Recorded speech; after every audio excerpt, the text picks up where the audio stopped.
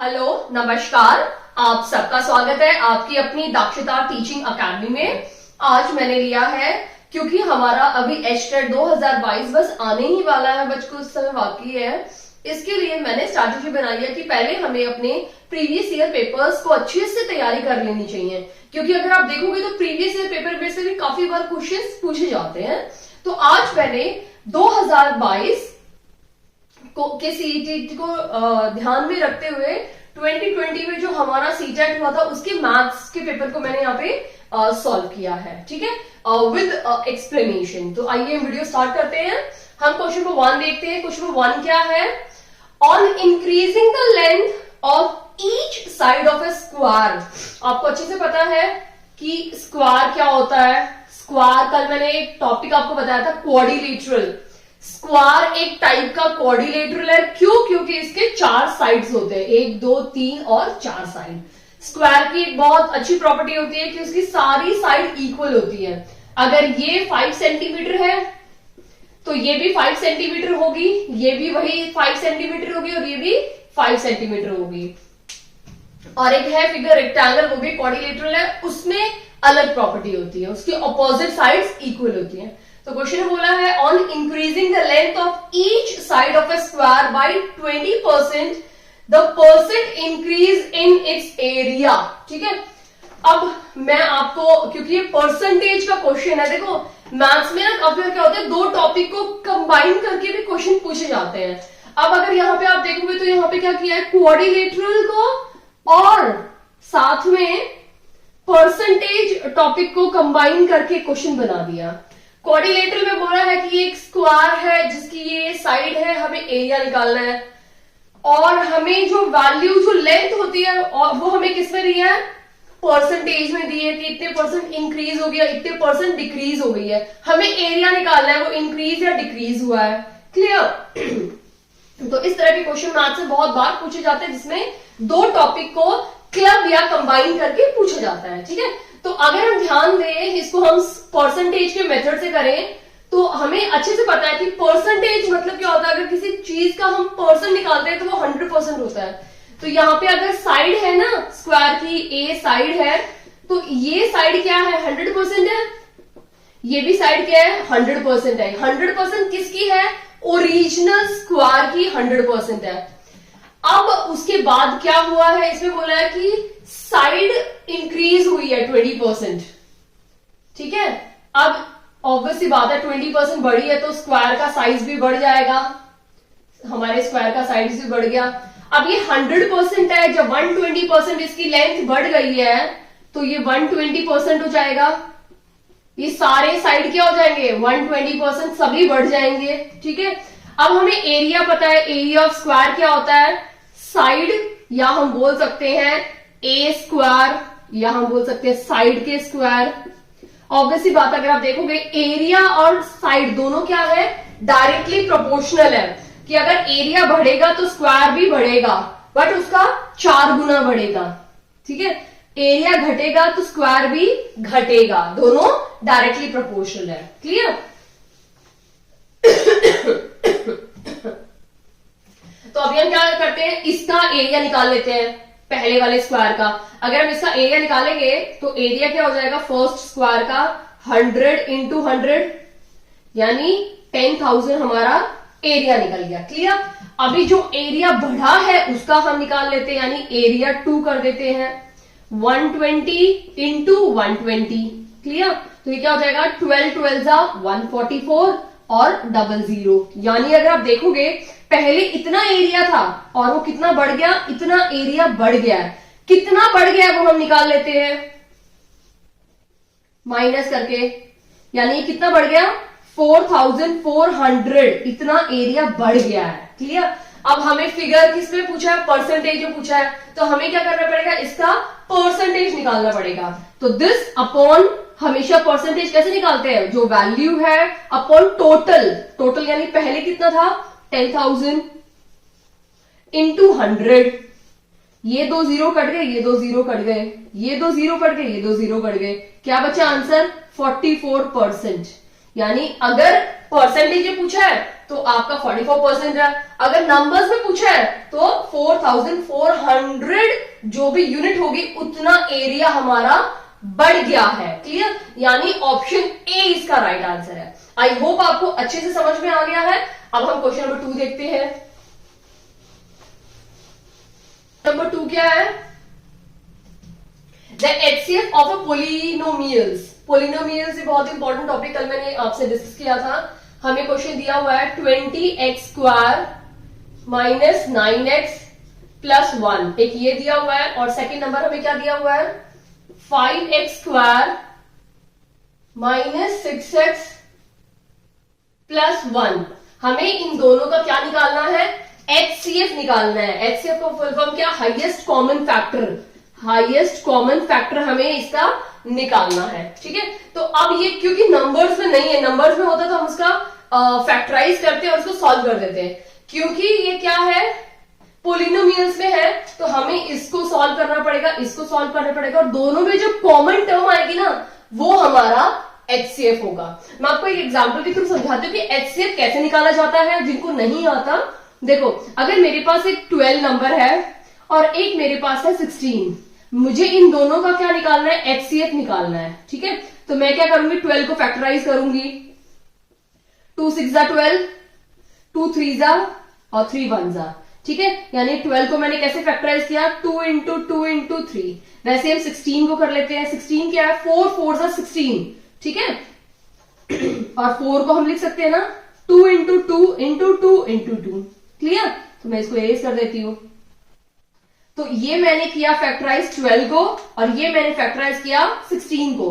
अब हमें कॉमन देखना है, तो अगर आप देखोगे ये 2 कॉमन है और ये 2 कॉमन है, यहां पे भी 2 है, यहां पे भी 2 है, बट यहां पे 3 है, इनके पास 3 नहीं है, और इनके पास 2 है, इनके पास 2 नहीं है, यानी ये दोनों कॉमन टर्म है। ठीक है, जो दोनों के पास है, यानी 2 और 2 कॉमन टर्म है, तो HCF क्या हो जाएगा? 2 इंटू 2, यानी इन दोनों का HCF क्या है? 4। 12 और 16 का HCF हमारा निकल गया 4। अगर यहीं पे आपसे LCM पूछते तब आप क्या करते? ये दोनों तो नंबर आप लेते ही लेते, 2 इंटू 2 इंटू साथ में जो बच गए उन नंबर्स को भी आपको लेना पड़ता है, यानी 3 इंटू 2 इंटू 2। तो इसका एलसीएम क्या हो जाता है? 2 2 4, 4 3 12, 12 2 24, 24 2 48। यानी देखो सेम नंबर का एलसीएम HCF निकालते तो 4 होता और एलसीएम निकालते तो 48 होता। आई होप आपको अच्छे से समझ में आ गया है। वही सेम मेथड हम पोलिनोमियल्स के लिए यूज करेंगे। क्लियर? तो हम क्या करेंगे अभी यहाँ पे? हम सबसे पहले इसको फैक्टराइज करेंगे। ठीक है, तो सबसे पहले मैं आपको इसका फैक्टराइजेशन बताती हूं। फर्स्ट वाले नंबर का 20x², फ्रूटो चुप, बोलना नहीं है, माइनस 9x प्लस 1। हमें इसे फैक्टराइज करना है। अगर आप देखोगे फैक्टराइजेशन के टाइम पे हम क्या करते हैं, ये जो सेंटर नंबर होता है ना, ये हमारा सम है, यानी हमें सम 9 लेना है और प्रोडक्ट क्या लेना है, इन दोनों को मल्टीप्लाई करेंगे। 20 1 20, यानी हमारा जो प्रोडक्ट है वो 20 आना चाहिए और सम हमारा 9 आना चाहिए। ऐसा हमें नंबर लेना है जिसको प्लस या माइनस करने पर 9 आए और मल्टीप्लाई करने पर 20 आए। तो हम ले लेते हैं 5 4 20। देखो 5 4 20 को मल्टीप्लाई करेंगे तो 20 हो जाएगा, और 5 और 4 को प्लस करेंगे तो हमें 9 मिल जाएगा। मिल गए ना दोनों नंबर। अब हम यहां यूज करेंगे, तो हम कैसे लिखेंगे? 20x² ऐसे ही लिखेंगे, माइनस 9 की जगह पे, जो सेंट्रल नंबर इसकी जगह पे हम क्या लिखेंगे? 5 और 4, यानी 5x माइनस 4x प्लस 1। अब हम इन दोनों में से कॉमन लेंगे। इन दोनों में से क्या कॉमन लेंगे? 5x कॉमन ले लेते हैं। अगर इन दोनों में से 5x बाहर चला गया तो अंदर क्या बचा? 4x minus 1। ये पूरा टर्म बाहर आ गया, माइनस 1 4x माइनस 1। क्लियर? अब मैंने माइनस बाहर लिया तो माइनस और इससे मल्टीप्लाई होगा तो माइनस आ गया, और माइनस माइनस प्लस हो जाएगा तो प्लस आ रहा है, यानी हमारा आंसर बिल्कुल राइट है। अभी ब्रैकेट में जो भी टर्म है हमेशा याद रखना है कि जो ब्रैकेटेड टर्म होती है ना, दोनों की सेम होनी चाहिए। ये टर्म और ये टर्म हमेशा सेम होनी चाहिए। अगर डिफरेंट आ रही है इसका मतलब आपका यही गड़बड़ है कैलकुलेशन में। ठीक है, ये जब दोनों सेम आती है तो हम इन दोनों को एक बार लिखते हैं और बचे हुए नंबर यानी 5x माइनस 1 दूसरे ब्रैकेट में लिखते हैं। क्लियर? इसका फैक्टराइजेशन हमारा हो गया है। अब हम इसका फैक्टराइजेशन करते हैं।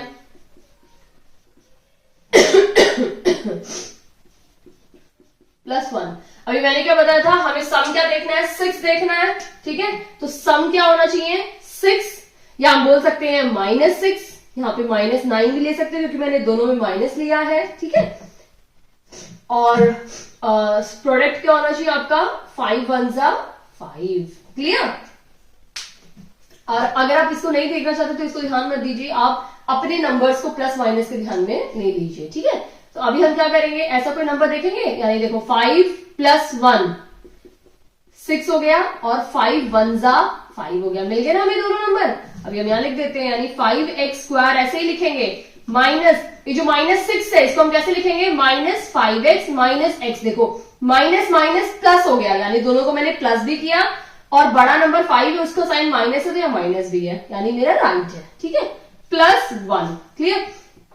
इन दोनों में से कॉमन क्या लेंगे, 5x, अंदर क्या बचेगा, 5x चला गया तो एक x अंदर बच गया, -1 वही सेम है, -1 x -1। अब देखो मेरा ये ब्रैकेटेड बिल्कुल सेम है। अब हम चेक कर लेते हैं, +x है माइनस है, plus minus -x 1 x, minus minus plus 1 1 1, यानी मेरा बिल्कुल राइट है। तो ब्रैकेटेड टर्म मैंने आपको बोला था कि ये दोनों ब्रैकेटेड टर्म क्या होनी चाहिए, दोनों ब्रैकेटेड टर्म सेम होनी चाहिए।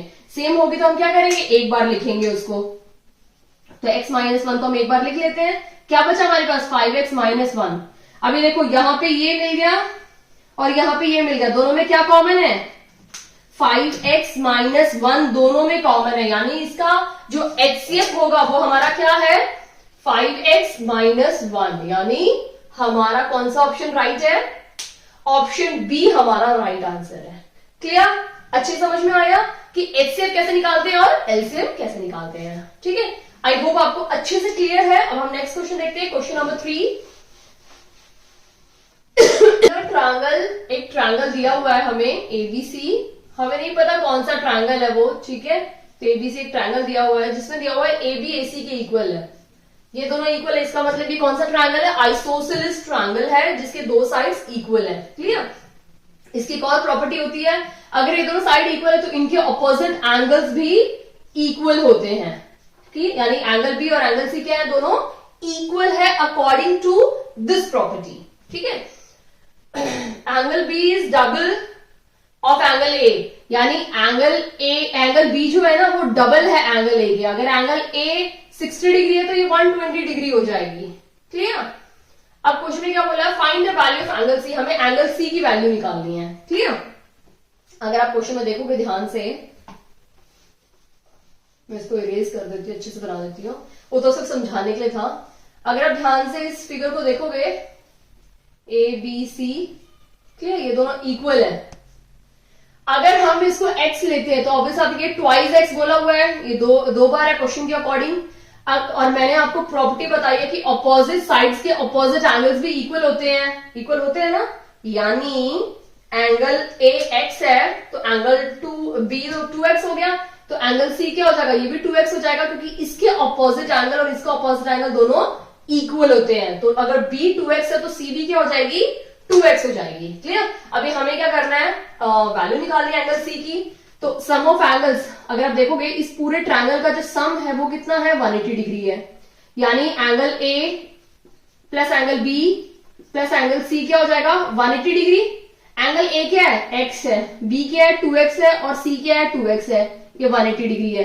2 2 2 यानी 5x 180 डिग्री हो जाएगी। क्लियर। तो x क्या हो जाएगा, 180 डिवाइड बाई 5, 5 3 15 एंड 5 6 30, यानी हमारा जो एंगल ए है, यानी ए क्या था, x था, एंगल ए क्या है, 36 डिग्री है, तो इसका डबल हो जाएगा, तो ये 72 डिग्री होगा। अगर ये 72 है तो ऑब्वियसली होता है एंगल सी भी क्या होगा, 72 डिग्री, यानी हमारा ऑप्शन नंबर बी इसका राइट आंसर है। क्लियर। नेक्स्ट क्वेश्चन देख लेते हैं। How much time does the minute hand of a watch takes to describe an angle of, देखो यहाँ पे एंगल दिया हुआ रेडियन में 3π/2, रेडियन होता है एंगल की यूनिट होती है रेडियन। ठीक है, जो रेडियन दिया हुआ है ना, ये एंगल की यूनिट होती है, और जो पाई है ना, इसकी वैल्यू होती है 180 डिग्री। क्लियर? तो हम इसकी वैल्यू निकाल देते हैं, 180 डिग्री डिवाइड बाई 2, ये 90 हो जाएगा, तो यानी 270 मिल गया हमें। ठीक है, 270 हमें डिग्री वैल्यू मिल गई है। क्लियर? हमें क्या करना है, कितना टाइम लेगा वो हमें निकालना। How much time does the minute hand of a watch take, मतलब इतना एंगल बनाने के लिए, ठीक है, हमारी जो मिनट हैंड है ना, वो जो वॉच, वो कितना टाइम लेगी। क्लियर? तो उसके लिए हम क्या करेंगे, अब हमें अच्छे पता है कि एक पूरा चक्कर, मतलब एक घंटे में 60 मिनट होते हैं, यानी एक घंटे में एक पूरा चक्कर लग जाता है हमारा मिनट हैंड का। ठीक है, तो यानी 60 अपॉन टोटल कितना है, पूरा चक्कर कितने डिग्री का होता है, 360 डिग्री का होता है, इंटू 270। ठीक है, 6 6 36 और 6 4 24 एंड 6 5 30, यानी 45 मिनट लगता है। क्लियर? इतना टाइम पूछा है ना, तो इतने मिनट लग जाते हैं इतना एंगल कवर करने में घड़ी को। क्लियर? अब नेक्स्ट क्वेश्चन देख लेते हैं, क्वेश्चन नंबर 5।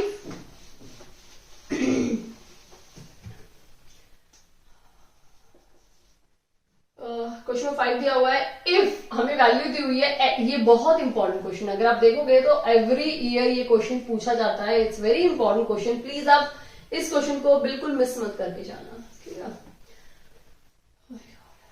ये इतना दिया हुआ है, हमें क्या निकालना है, फाइंड द वैल्यू ऑफ, हमें वैल्यू निकालनी है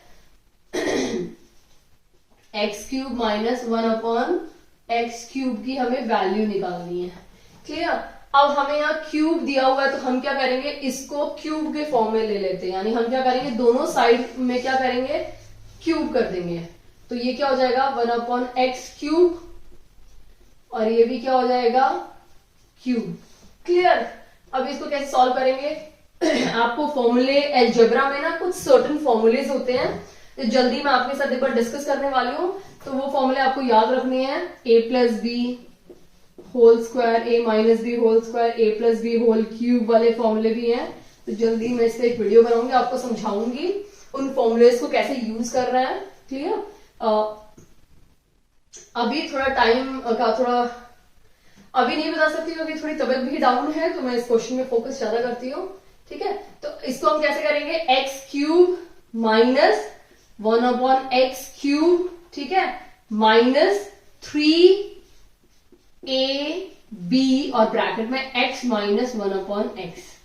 क्लियर? ये हमारा फॉर्मूला है 264। क्लियर? ये x कट गया।